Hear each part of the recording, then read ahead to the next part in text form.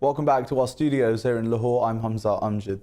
Now, in a telephone conversation, Prime Minister Imran Khan has told Germany's Chancellor Angela Merkel of the severe shortage of food and medicine in occupied Kashmir. The situation has worsened since Indian-occupied Kashmir was stripped of its special status on August the 5th and the valley locked down by Indian security forces. Prime Minister Khan said Indian actions can jeopardize regional peace and the international community should act urgently. Khan also underlined concerns about a false flag operation by India on the line of control to divert the world's attention. Merkel said the Kashmir issue should be resolved peacefully and tensions in the region should be de-escalated.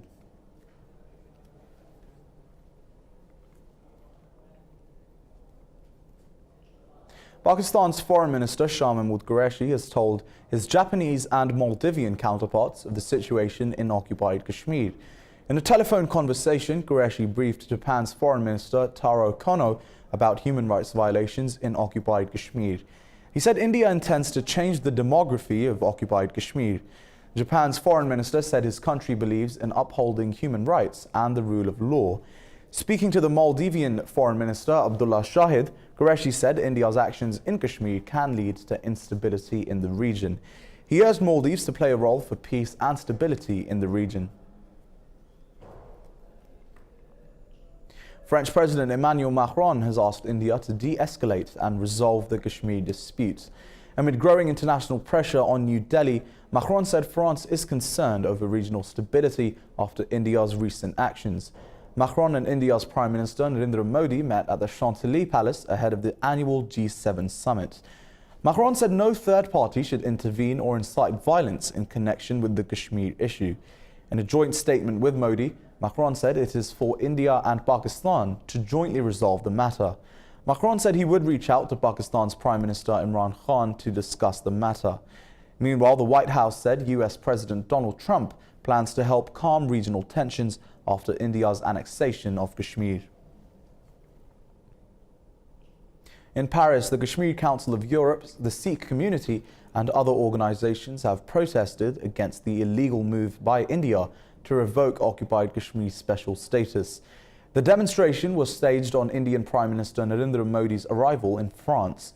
The protesters said New Delhi's move is unconstitutional and against international laws. They said India is committing gross human rights violations in the occupied valley. The protesters also expressed fear about genocide in occupied Kashmir under the pretext of security operations. They urged world powers to intervene and stop Modi's oppressive measures. In Pakistan, the civil society has held a rally in support of the people of occupied Kashmir in the capital of Islamabad. 2 weeks after India revoked the special status of occupied Kashmir, restrictions are still imposed. Addressing the participants, AJK President Masood Khan said India has been trying hard to suppress the just struggle of Kashmiris. He said India has unleashed tyranny against innocent Kashmiris and the international community should take notice of its atrocities. Meanwhile, UN Special Rapporteurs have asked India to end its crackdown on freedom of expression in the occupied valley. In a statement, UN experts have expressed deep concern over the arrest of Kashmir's political figures, journalists, human rights defenders and civilians. They called India's actions in the valley a collective punishment for the civilian population. The experts expressed concerns over reports of Indian forces conducting night raids on homes in occupied Kashmir. The UN Human Rights Council appointed specialists called for an investigation into Indian human rights violations in occupied Kashmir. Meanwhile, UN Secretary General Antonio Guterres has urged the world to abstain from anti-Muslim hatred and persecution. While the Asia-Pacific group of the Financial Action Task Force has adopted Pakistan's third mutual evaluation report. This was adopted at the APG's 22nd annual meeting and technical assistance forum in Canberra, Australia. The report will now be subject to post-plenary quality and consistency review prior to publication. Meanwhile, Pakistan has dismissed the Indian media's claims that it has been blacklisted by the anti-money laundering watchdog. In a press release, Pakistan's Ministry of Finance rejected such reports, calling them baseless and incorrect. It said Pakistan has been directed to submit follow-up progress reports on a quarterly basis as per the APG's third round mutual evaluation procedures. Well, now Iran's Foreign Minister Javad Zarif has ruled out the possibility of renegotiating the 2015 nuclear deal. The minister says he has held productive talks with French President Emmanuel Macron in Paris about the landmark deal. Zarif says both sides have presented suggestions about how to carry out the nuclear deal. He says future developments depend on how European countries fulfill their commitments over the deal. US President Donald Trump pulled out from the nuclear deal in May last year and reimposed sanctions on Iran. Over in Syria, the army has surrounded rebels in a cluster of towns in northwest Syria's Hama countryside, imposing a choking siege. Syrian state media says the government forces have seized a dozen hills and expanded their control of a main highway that runs through the area.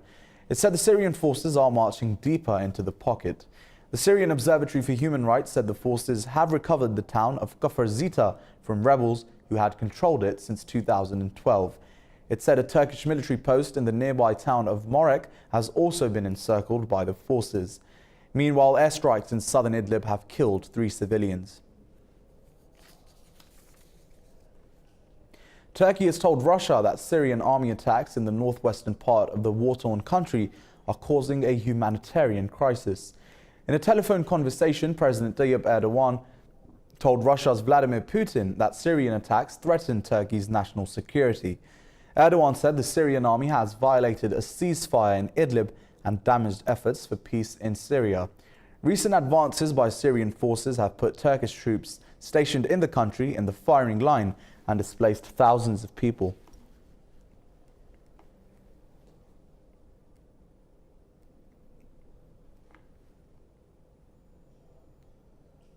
UN Special Envoy to Yemen Martin Griffiths has met with Houthi rebel leader Abdul Malik al-Houthi in a bid to revive stalled peace talks. In a tweet, Griffiths said he discussed ways of implementing the peace agreement struck last December during their meeting in the capital of Sana'a. He said talks were focused on resuming a political process to end the conflict between the Houthis and the Saudi-backed government. Last year, the UN mediated a ceasefire in Hodeidah and 2 other port cities. Both sides have since failed to withdraw forces from the city, which is the lifeline for humanitarian aid into Yemen. Meanwhile, the UN says a loaded oil tanker stranded off Yemen's coast threatens to cause an environmental disaster in the Red Sea. North Korea warns the US that continuing with existing sanctions would be a mistake. Foreign Minister Ri Yong-ho says Pyongyang is ready for both diplomatic dialogue and escalation with Washington. Ri also accused US Secretary of State Mike Pompeo of hampering talks with North Korea. He said Pompeo is more interested in his own political ambitions than in the current US foreign policy. Earlier, South Korea said the US and North Korea may soon resume denuclearization talks. However, North Korea said it has no interest in dialogue as long as the US and South Korea persist with military provocations. Russian President Vladimir Putin has ordered his military to prepare a reciprocal response to a recent US cruise missile test. The missile test is the US's first since withdrawing from the INF Treaty earlier this month. In a statement, the Kremlin said Putin has ordered an analysis of the threat posed by the US missile test. The Kremlin said US talk of deploying new missiles in the Asia-Pacific region affects Russia's core interests because it is close to its eastern border. It cited President Putin as saying that the US missile test shows that Washington aims to deploy previously banned missiles around the world. He said Russia does not want to be drawn into an arms race. The Russian president expressed willingness to hold negotiations with the US to restore trust and strengthen international security. Russia has told G7 members to reach a consensus over its reinstatement instead of making a show out of discussions. Foreign Ministry spokesperson Maria Zakharova said Russia would need to examine tangible proposals before deciding whether it would rejoin the bloc. The annual G7 summit opens in France tomorrow. Britain, France and Germany have voiced reservations over bringing Russia back into the bloc. They have asked Russia to first resolve the conflict in Ukraine. Their comments follow US President Donald Trump's call to readmit Russia to the G7. Opposing the idea, Ukraine's President Volodymyr Zelensky said nothing has changed since Russia's removal in 2014. Russia was expelled from the erstwhile G8 when it annexed the Ukrainian territory of Crimea 5 years ago. Russia has launched the world's first floating nuclear reactor in the Arctic. The reactor has set off on a 5,000-kilometer journey through the Arctic waters to the Chukotka region. The plant, called the Academic Lomonosov, is loaded with nuclear fuel. It will replace a coal-fired power station and an aging nuclear plant, supplying electricity to 50,000 people in the town of Pevek. Experts have expressed concerns about the environmental impact of the project. And with that, we're going to take a break, but don't go anywhere. More stories to follow.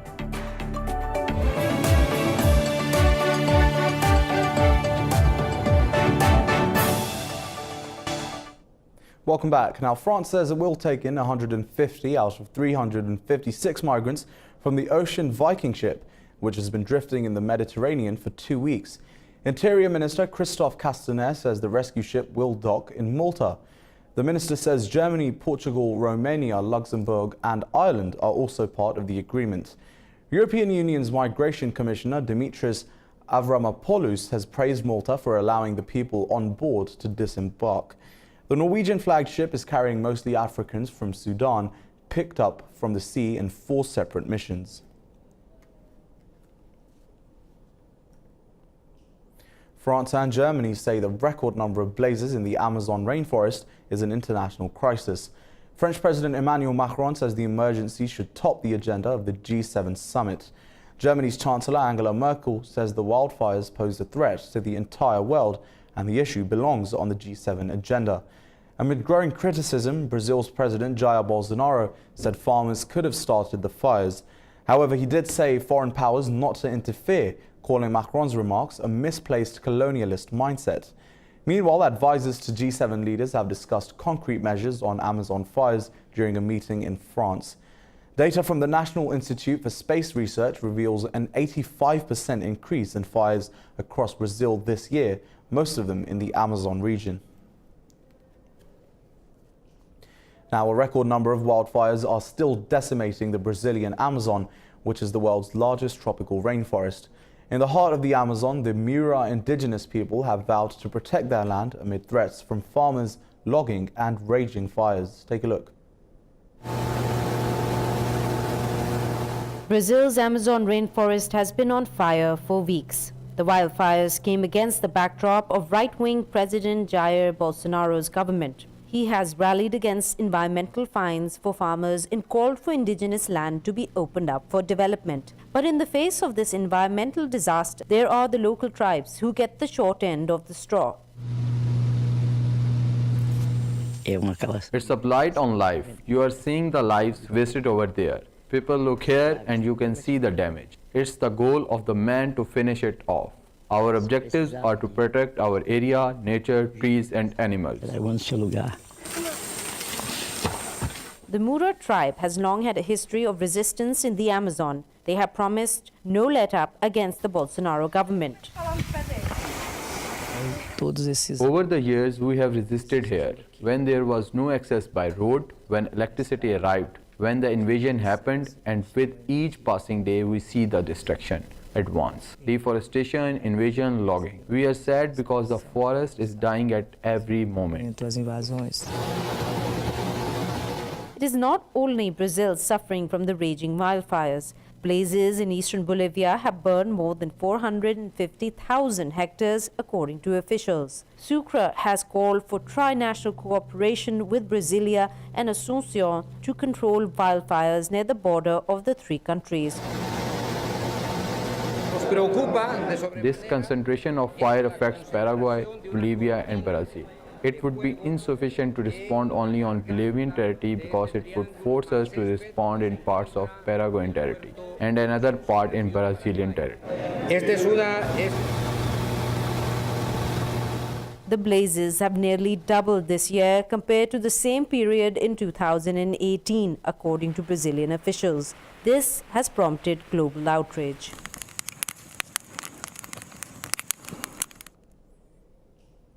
Well, it's been 3 years since the longest-running civil war of modern times ended in Colombia. But the war's legacy still continues to poison the lives of people across the country. This report focuses on just one of the aspects. Someone is threatening Ioana Sainz. They use letters and messages on social media app WhatsApp. They come from a group called the Black Eagles. She's terrified because 10 years ago she was actually attacked. They take me to a vacant lot. They beat me. They tell me I'm nosy. They insult me. They rape me. They threaten people who campaign to make a difference. People like Christiane Robayo.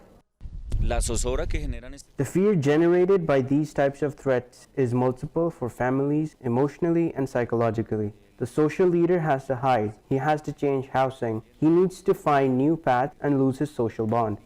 Colombia is still emerging from the longest civil war in modern history. The Black Eagles were an umbrella for 800 right-wing groups. When the war ended in 2016, they went quiet. No one has been captured. No one has been prosecuted. Nobody knows who they are. They could be a facade to hide politicians, paramilitaries, and individuals who just want to intimidate. But their terror has spread across the country, enough to make tackling them a government priority. And it is spread with chilling simplicity. This is what we call a pamphlet. This pamphlet is handed over to a lot of social leaders. It is slid under doors in villages, and in this way, for the most part, the threats of the Black Eagles are distributed. This is the legacy of the war and the chaos it created. People like Ioana Sainz will be left to cope with it for the foreseeable future. The Ebola outbreak in the Democratic Republic of Congo is a major challenge to the country. An important resource in fighting the disease is the water of Lake Kivu, but getting it to the people that live there can be a problem. Let's take a look. The golden rule to avoid the spread of Ebola is to wash your hands regularly. But for that, you need water. In Goma, in the Democratic Republic of Congo, water is essential in the fight against the virus spreading across the region. Facing shortages, Ebola response teams have had to rely on the generosity of Lake Kivu to supply health checkpoints. The lake is crucial because it helps vulnerable people, poor people, and it helps in the fight against Ebola. When water is abundant, we can help prevent the spread of the disease. Finding water in Goma is difficult. The city's water distribution network is outdated and only supplies a few neighborhoods. For many of Goma's inhabitants, access to water means pumping it directly from the lake. The water problem in Goma clearly shows that only this part of the city is supplied, not the whole city. That's why a lot of people come to the lake to get their water. They also then carry some home for those who need it. On a daily basis, entrepreneurial water suppliers organize several trips. The lake water is treated with chlorine and then distributed to reservoirs in the region. Water towers like these require 5,000 liters of water per day. If the lake wasn't there, it would be catastrophic. Maybe the response teams would get water from elsewhere, maybe in Rwanda, in Sake, but it would be catastrophic. We would not even survive. We wouldn't survive because the lake is our only source of drinking water. Lake Kivu is an essential force in stopping the spread of Ebola and an invaluable resource for the local population. For the people that live on its shores, the waters of Kivu give, shape, and preserve life. Now, on a lighter note, Beijing blooms with floral works created by contestants of the 2019 World Flower Art Contest. This is the first international flower competition held at the Beijing Horticultural Expo. Aesthetically themed floral decorations are displayed at the ongoing Beijing Horticulture Expo. A total of 33 florists from 31 countries and regions brought their artistic concepts to the exhibition. Over 100 floral artworks from the preliminary and final rounds are on show to the public. The beauty on display is not simply meant to be seen. The fragrance gives another layer to the spectacle. They are top florists hailing from across the world. They express the hope for a better future by infusing ethnic customs and the beauty of nature into their works.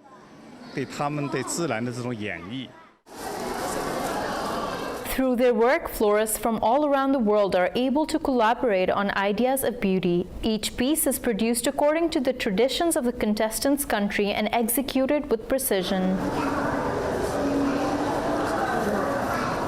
It looks like a special shaped chime featuring traditional Chinese culture, but I used Western arranging style to create it, showing a blender of different cultures. The final stage of competition wrapped up on Tuesday with Australia's Mark Pampling winning the crown. Yosef Salman and his team pick up plastic debris left by bathers or cast up by the sea in the early morning. A joint report by the World Wildlife Fund for Nature ranked Tel Aviv's coastline as the third most polluted by plastic waste in the Mediterranean. This report has more. The Jewish Koralik blames Israel's passion for plastic on a lack of education and on deeply ingrained habits, such as using disposable tableware for family picnics. Observant Jews who want a beachfront lunch on Saturdays are forbidden from washing the dishes afterwards. This is because their faith bans them from working on the Sabbath. Despite the activities of environmental groups, Israel remains hooked on plastic. Working in heat and humidity with large rakes, they scoop plastic cups, cigarette ends, empty sunscreen tubes, and soiled babies' nappies. I think Israeli people are very dirty. I think they're not aware and they haven't been educated enough about how to take care of their environment. I just came from spending 3 summers in Europe, and the behavior of people towards trash is completely and absolutely different. In 2005, Israel's Environmental Protection Ministry launched a program offering local councils incentives for proven results in cleaning their beaches. Subject to regular inspection, councils meeting these requirements get extra funding. Head of the Environment Ministry's Marine Division, Ran Amir, says failing authorities face cuts or even court trials. Amir cites the case of the popular Palmahim beach south of Tel Aviv. Palmahim Municipal Council was taken to court and fined over the condition of their beach. We give them, the school children, lectures about how to protect the environment. We educate them that the sea and the beach starts right next to their house in drainage canals. Once someone throws a bottle cap or a plastic bag, it ends up in the drainage canals and then reaches the sea. With 4 million inhabitants, Tel Aviv is Israel's most populous metropolitan area. Well, viewers, have you ever wondered how your city came to be as it is now? What people saw on the same streets you walk through? Well, now people in Berlin can. This report shows Berlin's time ride into how things used to be in Germany's past using virtual reality. Time Ride is an attempt to time travel, tracing how the glimmering city of Berlin came to be as it is now. The company was founded at the end of 2016 by Jonas Roth in Munich. The exhibition is based in 4 cities: Munich, Berlin, Cologne, and Dresden. As part of a guided exhibition, visitors can journey back in time to a historical period characterizing the city.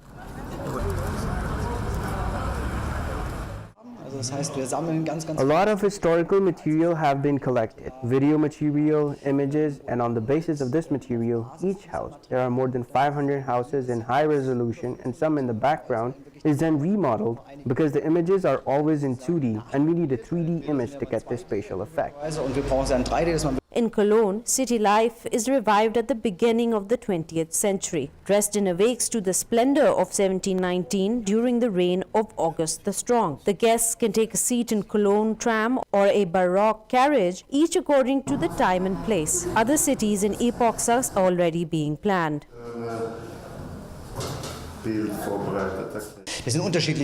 They're different documents. There are of course many archives in Berlin and also many archival documents online. Everything was assembled, and that's how new houses and buildings were recreated. Time Ride is a collaborative effort between artists, designers, historians, and curators. It also won the German Tourism Award in 2018. Now, I have heard some people say that aliens may be watching our world as a simulation. But now it's true. Nevada is bracing for an influx of alien enthusiasts at a Facebook event, Storm Area 51, on September the 20th. With over 2 million people declaring online that they will be there, a UFO expert is urging people to avoid the viral event. Take a look. Area 51 is the popular name for what the U.S. government calls the Nevada Test and Training Range, a part of Nellis Air Force Base in Nevada. But why does it mean so much to people who want to believe in alien life? The area is at the center of a controversy surrounding a so-called flying disc that crashed at a ranch near Roswell in 1947. Area 51 is now part of the UFO story, and it's a part of pop culture in the wider sense.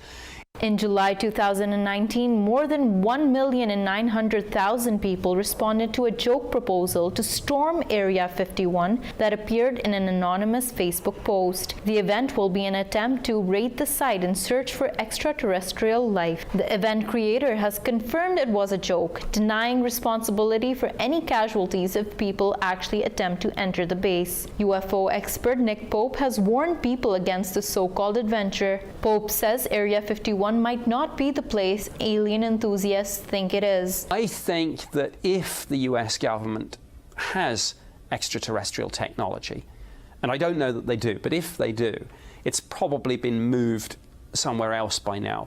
But Pope still thinks it's a positive sign that people are open to the possibility of life elsewhere in the universe. Well, if Area 51 is real and the aliens are watching, they probably laugh at us for that. And with that, let's take another break, but don't go anywhere. Business, sports and weather to follow.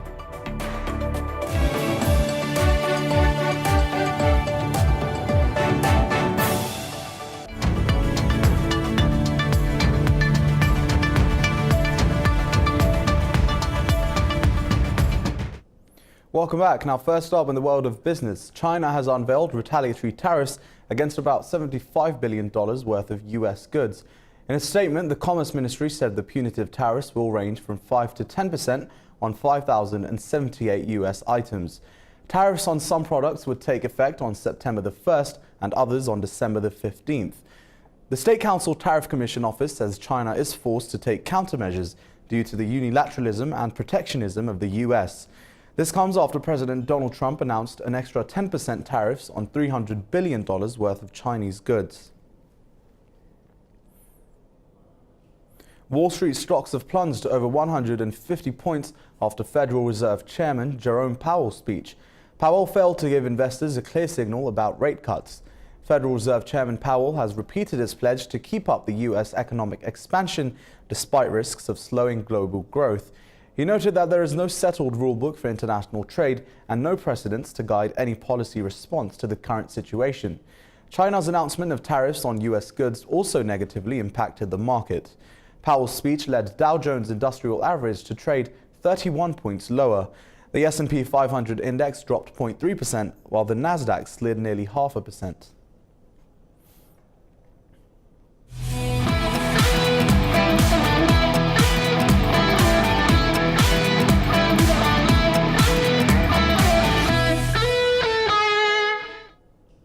Well, first up in sports, Australia have lost early wickets in the second innings of the third Ashes Test.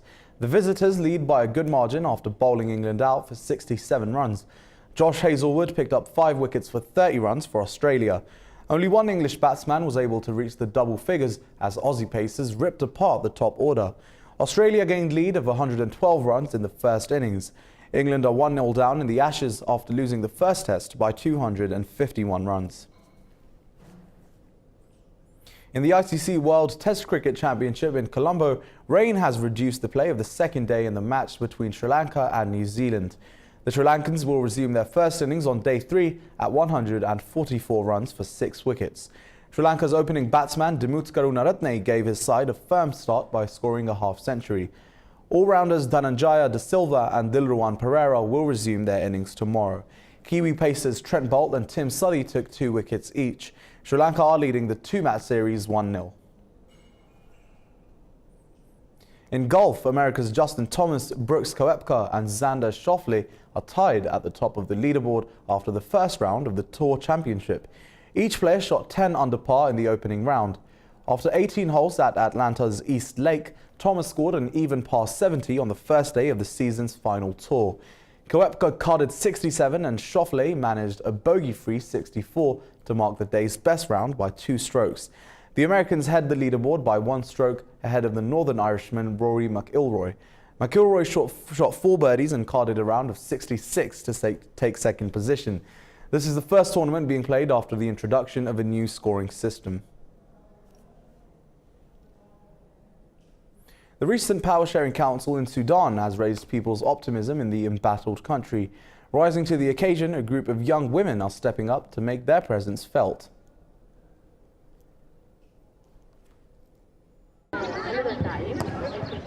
On the heels of chaos and amid looming insecurity and uncertainty, Sudanese women are defying fear and breaking stereotypes. Using sport as their weapon of choice, a group of young women are reclaiming a normal life from the disorder. The recent respite brought the civil-military deal has enabled the authorities to organize a sporting event for women. Women footballers say they had never expected to play on the field. A year ago, before the revolution, I could not have imagined myself being a player in a women's football team, or even expected myself to be able to play the sport I have loved. There were many restrictions on Sudanese women, and it was not possible to play football. Organizers say Sudanese women have passed the complicated phase and are now moving towards a bright future. In the past, it was difficult for women to play football. There were many complications that prevented them from participating in this activity. But now, everyone is looking forward to a new reality and has new ambitions. Now, society has become more receptive to this idea and more accepting of the participation of women in all the areas of life. The football championship, involving 18 clubs separated into 3 regions, is scheduled to start next month. Liverpool's Alex Oxlade-Chamberlain has signed a contract extension committing him to the club until 2023. The midfielder's previous deal was set to end in 2022. Chamberlain returned to the field in April after missing a year with a knee ligament injury. He has made 47 appearances for Liverpool after his arrival from Arsenal. Liverpool will host Chamberlain's former club Arsenal on Saturday. And at the World Badminton Championships in Switzerland, Japan's Arisa Higashino and Yuta Watanabe have reached the semi-finals of the mixed doubles. The duo beat Malaysia's Chan Peng-soon and Go Liu Ying. The Japanese pair will play their semi-finals on Sunday.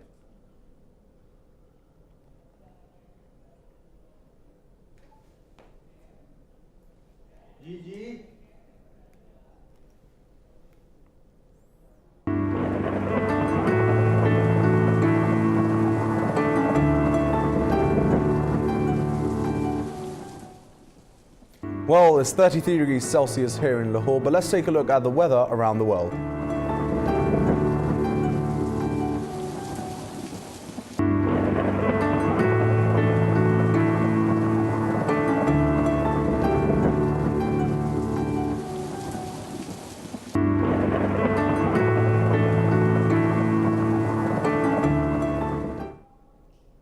Well, that was all I have from the news bulletin at the moment, but do stay tuned to Indus News. I'll be back in just a few minutes with the news headlines. And as always, thanks for watching.